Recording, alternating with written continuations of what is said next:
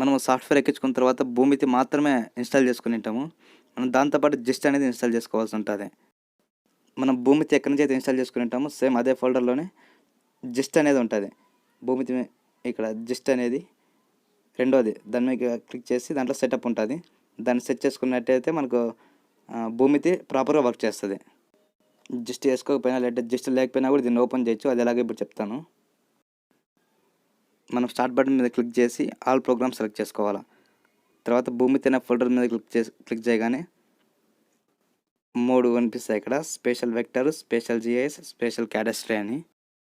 వీటిలో మనం spatial క్యాడస్ట్రీ click చేయగానే ఇది ఇలా ఓపెన్ అవుతుంది. ఇదే భూమితి సాఫ్ట్వేర్ ఇది. ఓకే, ఇలా ఓపెన్ చేయగానే డైలాగ్ బాక్స్ ఒకటి కనిపిస్తుంది.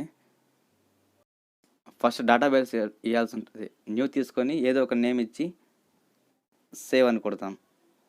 తర్వాత సేవ్డ్ అని చెప్పి ఒక డైలాగ్ బాక్స్ చూపిస్తుంది. డేటాబేస్ ఇచ్చిన తర్వాత మిగతా రెండు ఫిల్ చేయకుండా కనెక్ట్ అనేది కొట్టాలి. కనెక్ట్ క్లిక్ చేయగానే ఇక్కడ యూజర్ నేమ్, పాస్వర్డ్ అడుగుతుంది. యూజర్ నేమ్, పాస్వర్డ్ వచ్చేసి డిఫాల్ట్గా అడ్మిన్ అని ఉంటుంది, ADMIN. పాస్వర్డ్ అదే, యూజర్ నేమ్ అదే. ఎంటర్ చేసిన తర్వాత ఓకే కొట్టగానే మనకు భూమితి పేజ్ ఓపెన్ అవుతుంది ఇలాగా. ఇది అర్థమైంది అనుకుంటున్నాను. భూమితి సాఫ్ట్వేర్లో కానీ ఇన్స్టలేషన్స్